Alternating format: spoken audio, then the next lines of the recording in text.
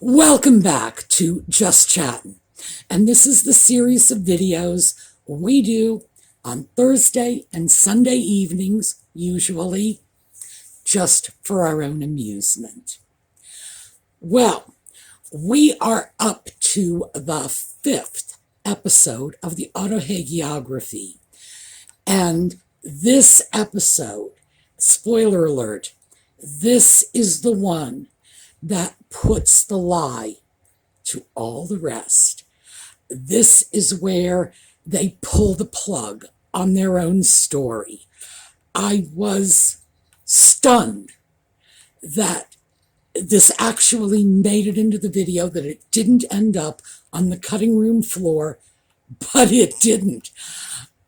I have said for a long time, these two people can't possibly listen to what they're saying. And they proved it in this episode. Now, Audie is right behind me. He is not asleep. He is washing, which is a good thing, so I'm not going to discourage him. But he is like a foot behind my back, so he'll probably show up. Meantime, we're going to get going on the video. If he shows up, he shows up. If he doesn't, you'll hear his bell because he's busy washing. All right, in a minute.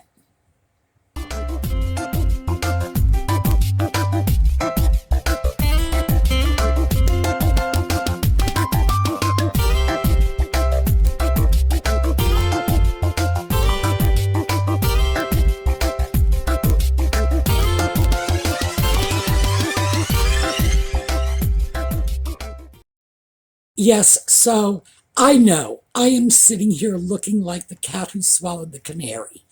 And it is because when people lie the way they do, when they're constantly putting out false narratives, sooner or later, they're bound to trip themselves up. And boy, have they ever. Now, we will get to that. And I'm not doing that to tease you and drag it out, but I want to do this in an orderly progression. So you're going to have to wait about 10 minutes for the bombshell. Maybe sooner if I can sneak it in.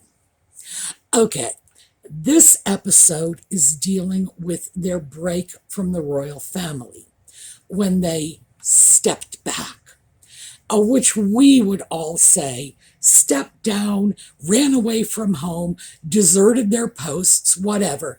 But they choose to call it stepping back. And they have talked about this. Now, keep in mind, they've got 4 episodes leading up to this. This is also the episode in which they deal with the trolling and the evil social media and Christopher Bouzy. And believe me, as soon as I realized Christopher Bouzy was in it, I started smiling already because his nonsense just won't hold up. But we'll get into that as we progress. So let's get started. Nutmeg begins this episode by talking about how much she wanted a big family and how desperately she tried to fit in to Harry's family. Now, remember, she said the same thing to Trevor because Tom Markle mentioned it to Tom Bower, and it's reported in Tom Bower's book, that when Nutmeg married Trevor, Trevor said that his family was going to be the family she never had. Apparently, this is one of her stock lines with men. You have a big family. I never had a family. I'm getting your family. Yay. So we're still carrying on with that line, that she wanted to fit into the family. And throughout the entire episode, she talks about how hard she tried, how desperately she wanted to fit in. Yeah, right. We really believe that. But it's the narrative. It's the story they are trying to sell. And she was determined to just be embraced by the family and do whatever they told her to do, etc., etc. And This leads us to that infamous letter to Thomas Markle, which she claims she wrote at the behest of the royal family, particularly the Queen, and that Tom Markle leaked to the press. Of course, she doesn't bother to mention that her 5 friends, remember, 5 of her friends, had already leaked portions of the letter to People magazine, and that we have the proof now. It came out in court documents that the letter was specifically written to tug on the heartstrings, just in case it ever did accidentally get leaked. And we all know what that means. It was written with the expectation that it would be made public. It was designed for that purpose, to pull the heartstrings. So, she also goes on, she and Harry both, about their decision to sue based on, well, they sued based on copyright infringement. That is what they won on. That the Daily Mail, or was it the Mail on Sunday, one of the various mails, who knows, had infringed on Nutmeg's copyright by publishing the information. Now, here's the thing. We've talked about this before, but I'm going to throw this out again just because. Here in the United States, if you can prove that a person wrote something with the intention of having it made public, that is a defense, a legitimate legal defense against a charge of copyright infringement.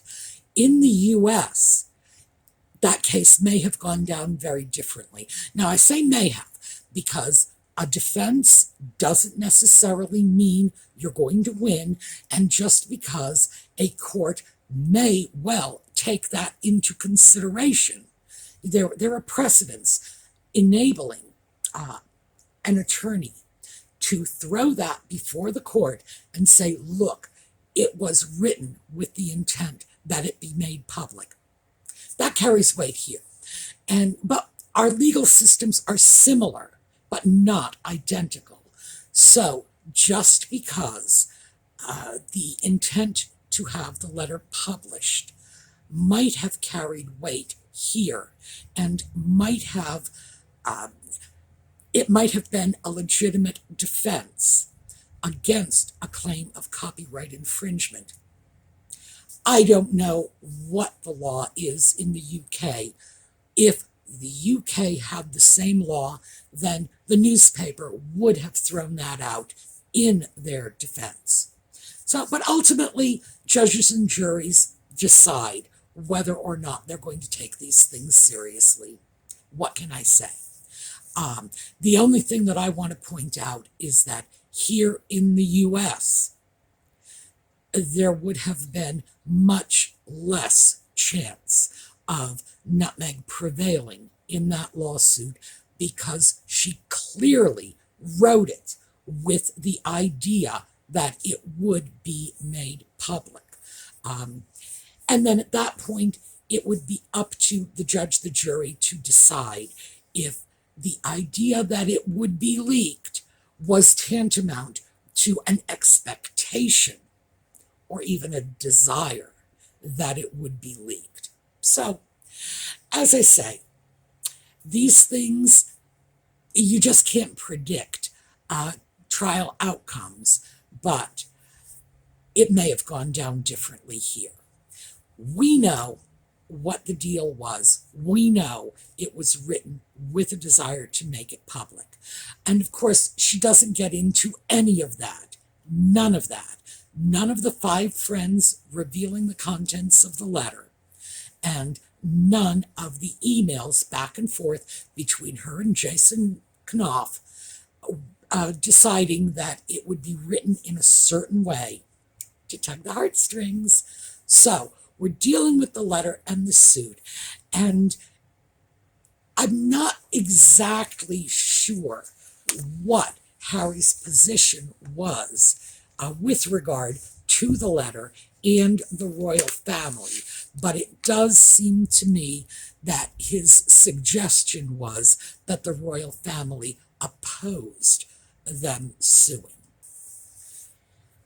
All right, so the next thing we deal with after the letter and the lawsuit is they slip off to Vancouver, where they were oh so happy and things were oh so private and they just wanted the peace. But of course, as usual, they were surrounded by the paparazzi. Someone needs to explain the word paparazzi to Harry. Paparazzi is plural. The singular is paparazzo if it's male, paparazza if it's female. This is Italian, this is not English. And he annoyed the crap out of me by continually referring to a paparazzi. Honestly, Christmas is coming up. I really should send them a dictionary. But then Harry, and I gotta love him for this, talks about the mechanics of the separation of Nutmeg and Ginger from the royal family and all of the talks that went on back and forth.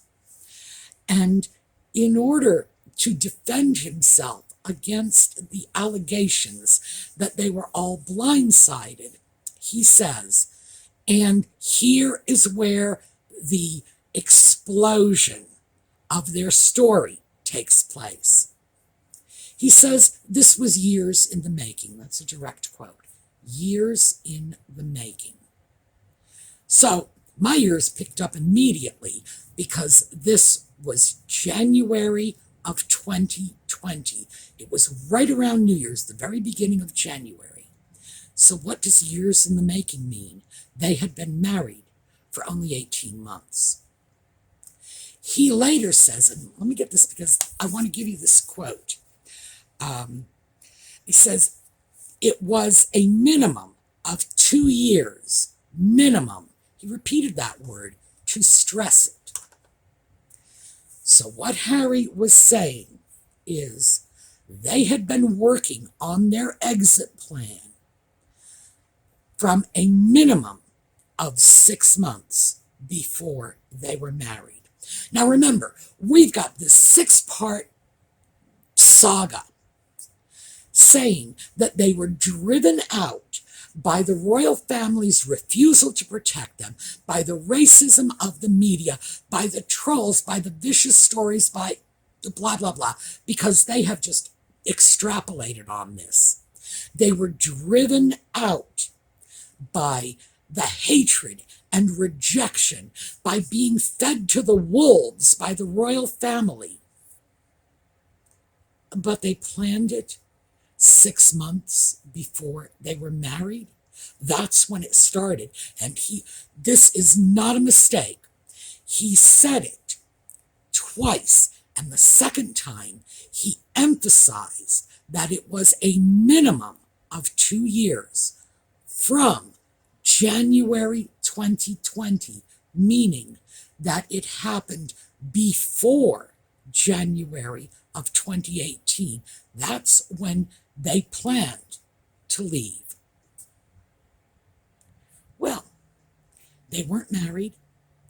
They were just in a relationship at this period, and they have shown in this melodrama repeatedly how accepting the British press and the British public and the royal family were of Nutmeg at that point. So even while the family, the press, and the nation were embracing her and planning that multi-million pound wedding, they were already planning to leave. Well, we have suspected that for a long time, but in fact, Harry laid it out. Well, If they were planning to go in 2018 when things were very good and very positive and there was no bad press and there was nothing going on that was negative, I will say, though, I do think there had been a few negative stories about Nutmeg. I don't think it was anything serious or anything out of what one would expect from renegade social media accounts or, perhaps a few tabloids. Well, how can it be the fault of the press, of the royal family, of the British people, of racism, of a campaign of hatred? How can that be if they were planning it long before any of these events took place? I'm serious. Those people don't listen to what comes out of their mouths. They just lie. And they don't even know one story from the next. This was an incredible statement, given the fact that what they are saying is that everything, all of these justifications, all of this, the racism of the Commonwealth peoples and slavery reparations and that bigger global picture they are trying to superimpose on their own petty little story. None of that matters. They never intended to stay. The day they were married, they were already at least, remember, minimum, at least 6 months into their exit plans. How do we deal with this? Seriously. Now, when Harry speaks about their exit strategy, he claims that the letter he wrote, which I'm assuming was probably an email, but he described it as a letter, that he wrote to Charles outlining the terms under which they wanted this half-in, half-out proposal of theirs. He claims that was leaked, that it showed up in the press. Now, here's the thing. Maybe it was leaked. If it was leaked, I have to say, who has the history of leaking? Is it Charles or is it Harry and Nutmeg themselves? Well, I'm going to go with Harry and Nutmeg. The fact is, if the letter was leaked, there are so many people who could have leaked it. Who knows how many people on Harry's side knew the contents of the letter? Who knows how many people on Charles's side? It does not mean Charles leaked it, but this is apparently the only piece of evidence they have, at least at this point in our little psychodrama. It's the only piece of evidence they have that indicates any member of the royal family leaked or fed any stories to the British media.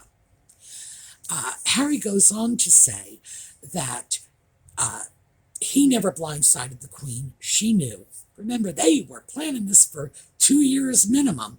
The Queen knew that all the stories about the royal family being blindsided were not true. And I do not know that the royal family per se ever issued any statement about that. I know that palace officials and palace sources leaked a number of statements about it, but I do not recall anything specific coming from Charles, William, or the Queen.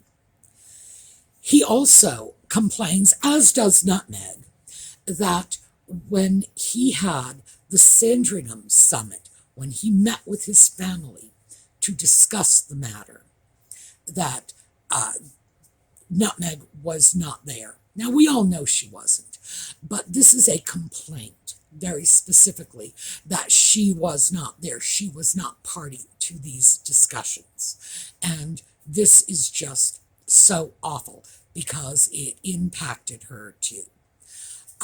And I am of two minds on this, frankly.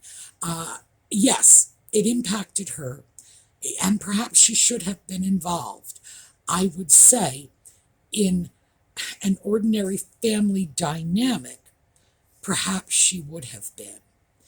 But this is no ordinary family dynamic. This is the royal family that functions not only as a family, a group of related individuals, but functions as an institution of the government. So, I don't know which is right, which is wrong. All things considered, if the royal family screwed up by not inviting Nutmeg along, what can I say? I have no idea how these things work. Nutmeg, of course, went on at great length about how she feels that in any situation like this, the girl, she refers to herself as a girl. She's a woman in her 40s. I have a problem with that, and frankly, it's not feminist language, and she does rather pride herself on being a feminist, doesn't she? Usually, 40-something feminists do not refer to themselves as girls and tend to correct other people when they do. What can I say? But she says that whenever something goes wrong and, somebody gets married and things change and they don't see their friends, they always blame the girl. And I think, all things considered, it's a rather simplistic explanation for a very complicated situation, trying to minimize what in fact has turned out to be some very real complaints about her behavior, which to date, and we're 5 episodes in, she has not at all addressed.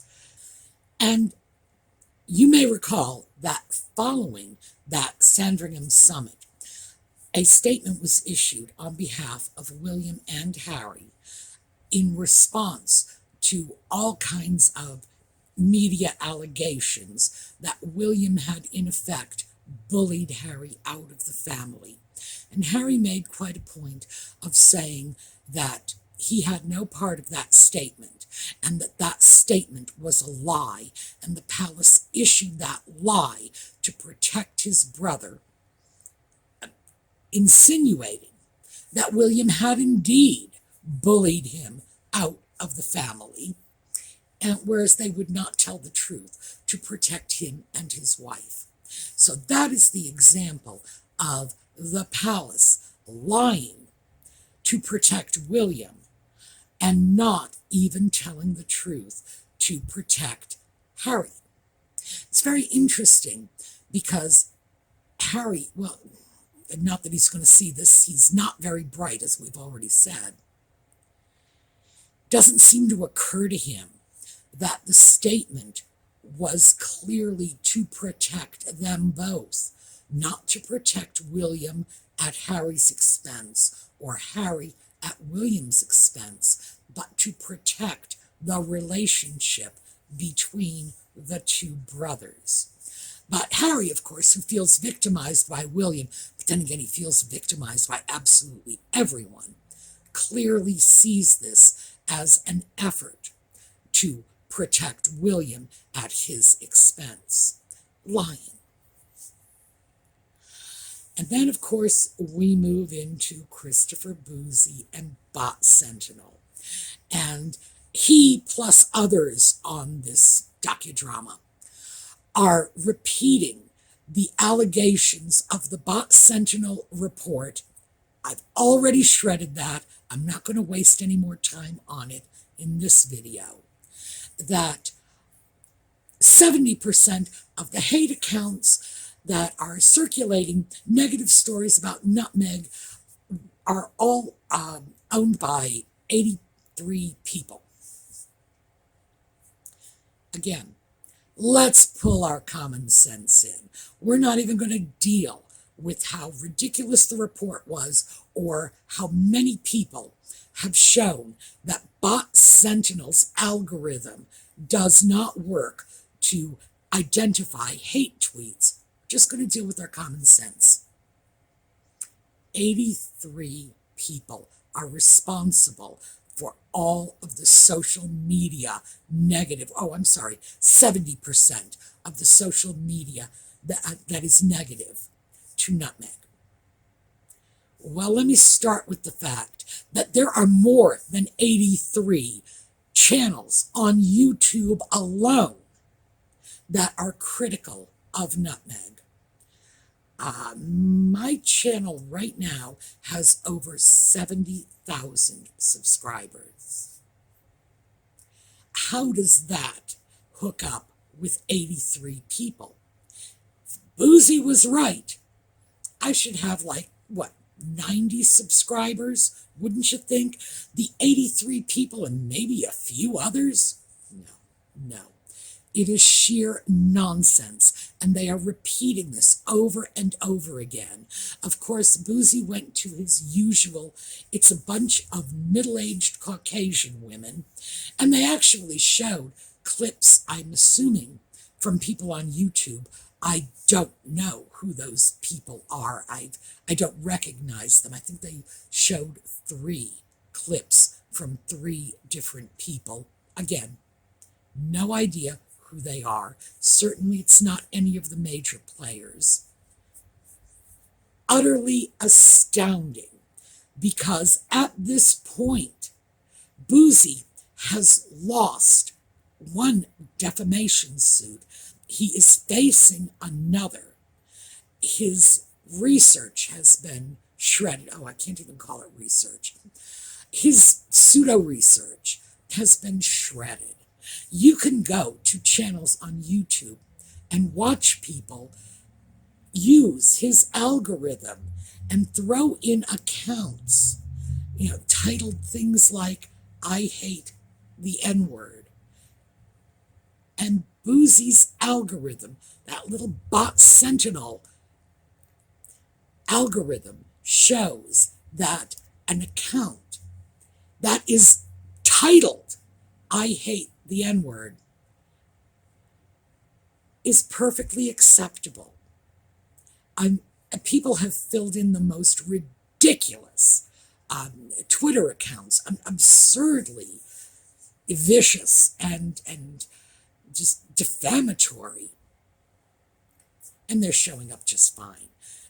Bouzy has no credibility with people who have taken a look at his research, but they're still quoting this stuff. Utterly amazing. And of course, once we get into the social media trolling, then Nutmeg starts bringing out these death threats she's gotten online and whatever, and crying. We gotta forget. Yes, crying, just sobbing that, the tears and choking them back and so on. Left eye. Because she's the victim of such hate. I'm a mom, she says. Really? That didn't do the Queen much good, did it? The fact is that there is no excuse for threatening her life. There is no excuse for publicly wishing her dead.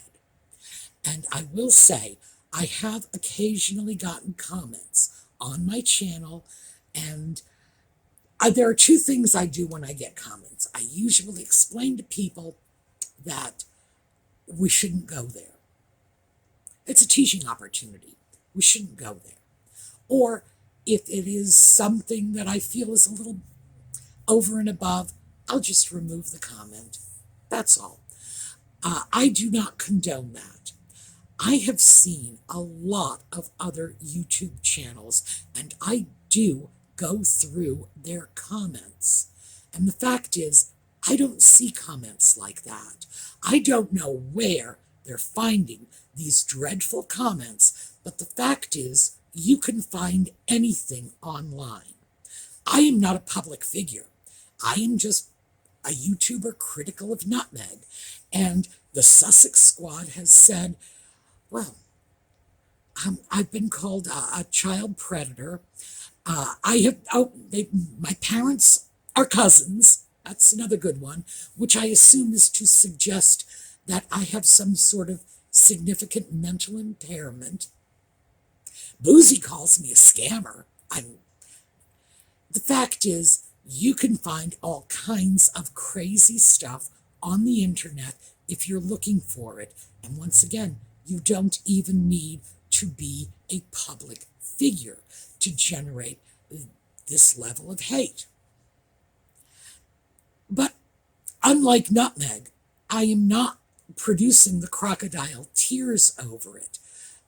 And remember, this is a woman who swears she hasn't been on social media in years. So how's she even coming up with these quotes? So let's just close off with a couple of the flattering statements, because this is full of nothing but flattering statements about nutmeg, the Mrs. Eltonisms, if you will. Remember, I mentioned that there was a character in Emma by Jane Austen, Mrs. Elton, who flattered herself by putting the words in her friends' mouths. Oh, I would never say that I am such and so, although my friends do. Well, one of these people commenting on her show called her a symbol of social justice, which almost led me to spit my coffee in my lap from laughing. And then she told a story after she left about a man on the plane who got down on his knees. You can't make this stuff up. Got down on his knees and said, "We appreciate everything you did for our country." And apparently he was British. So, yeah, we had to get that stuff in there. It wouldn't be Nutmeg's show if she didn't make a point of telling us all how much everyone adores her. So, but that's the whole point. The reason all this happens is because not all of us adore her, and she's determined she's going to make us all adore her, and she's not going to give up until she's succeeded. Got to admire her initiative and her persistence.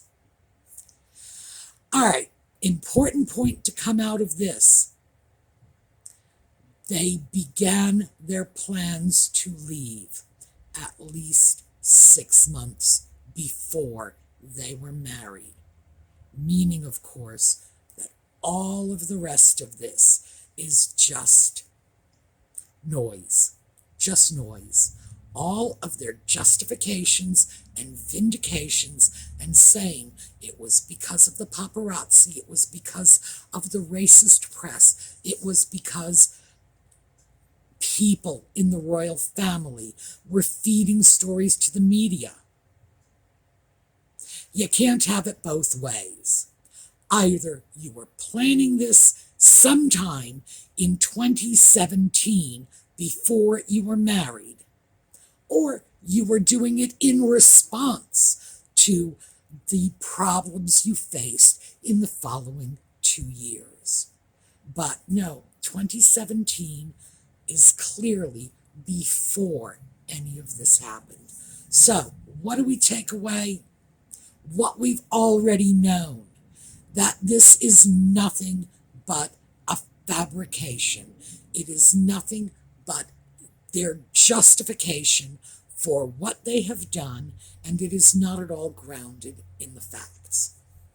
Okay, that is what I have for you today. Last slideshow was Camilla, so let's do William for a change.